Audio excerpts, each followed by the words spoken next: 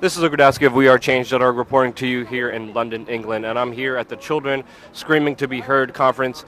And just like we covered stories before with the CPS in the United States, the court system here, the family system, the adoption system here is ripe with corruption. I'm actually joined with Paul, who is a victim of the corruption here. And as you know, there's been many stories here that are breaking, and one of them deals with what Paul has to go through. But Paul is only one out of hundreds of people who go through terrible injustices here in the United Kingdom. Now, Paul, can you share and tell us your stories and the actions that you have committed for justice for your son?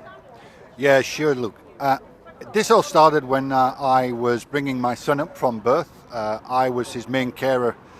Everything was going fine, but unfortunately my partner and I split up. She met someone else. She then accused me of all sorts of things which were baloney, totally not true. We ended up in the family courts of my own country.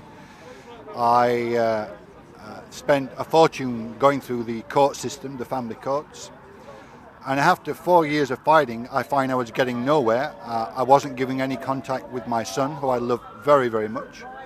And after spending about 40,000 English pounds in the court system, I decided I had to protest and do something to make my nation listen to me, or try and stand up and realize what was happening not only to me but to thousands of other fathers also who are not seeing their children.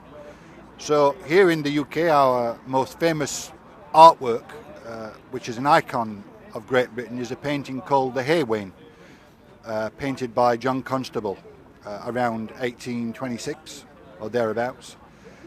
You may think I was foolish doing this, but I decided to go to the National Gallery where this famous painting was exhibited. I took a photograph of my son, which is, I don't know if you can see that.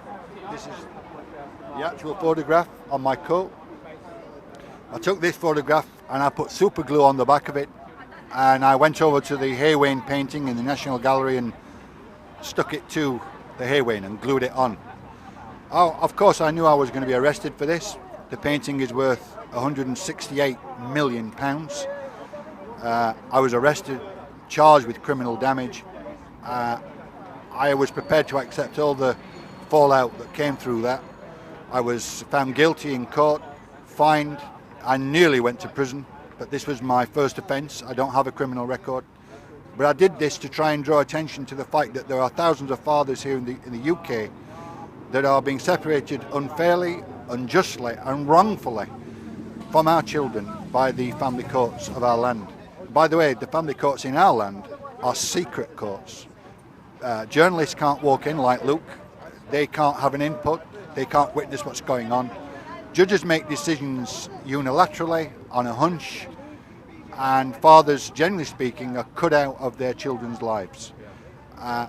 And statistically, just to tell you how bad it is, in all private law cases in the UK, when a splitting parents go to the court to argue custody of their children, I'll tell you this, that in 97% of those cases, it's mum, it's the mother that gets custody of the children.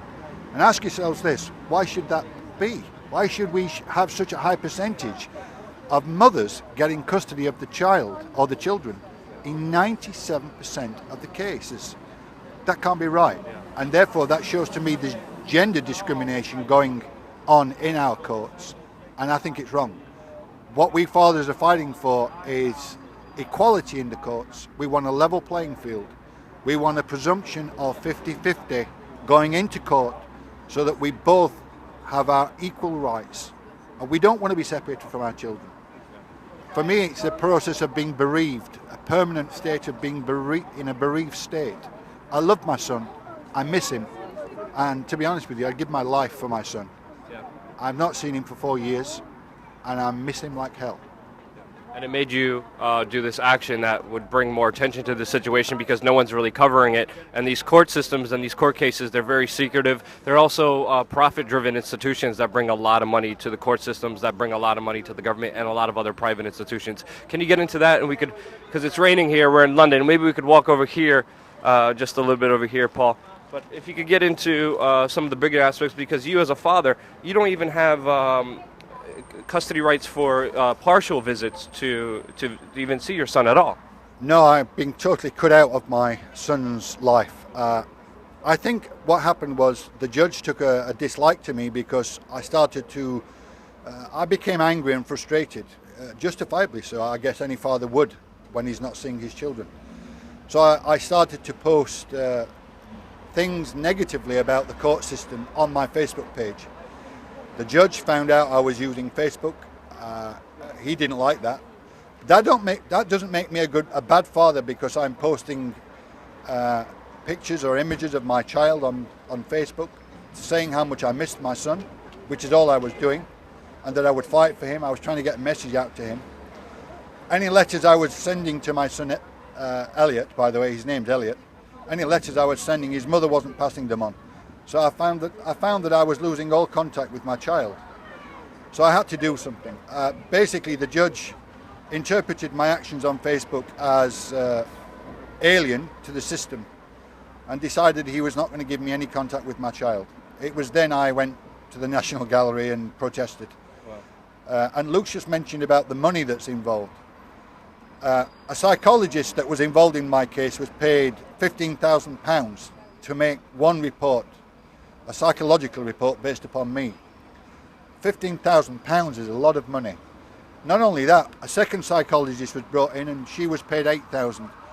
The whole racket's based upon money. I'm sure that's going on in the US. I see YouTube videos of fathers complaining about the money that's speculated in these cases. I really think that the whole system needs rehashing, redoing, and a new system brought in where everybody gets fair play. Seems like a worse system than the United States with Child Protective Services that has an incentive to take away children from their parents and actually get paid by every child that they take. We uncovered this with whistleblowers before and egregious illegal activity here. Paul, where can people get more involved in this fight here? It seems like the situation here is worse than in the United States. Where can we get involved and what can we do to help? Yeah, seems like the rain is coming down big time here now. This is the UK. Well, if you want to get in contact with me, Paul Manning,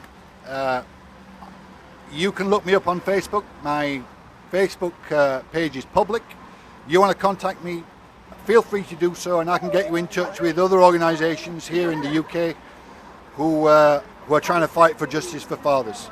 By the way, I don't want to genderise this. I know there's lots of mothers out there going through bad times, but here in the UK, we fathers are having it extra tough. But look me up on Facebook, please do so. Paul, thank you so much. It's raining here incredibly, just like in London, but I hope you people get involved, check out what's going on. It's fascinating here, learning about the legal and justice system here, which seems a lot more corrupt, a lot more intolerable than in the United States. So, insane. Hope this video brought you some insight on what people are dealing here, and then check out the links below for more information. Thank you again so much for watching.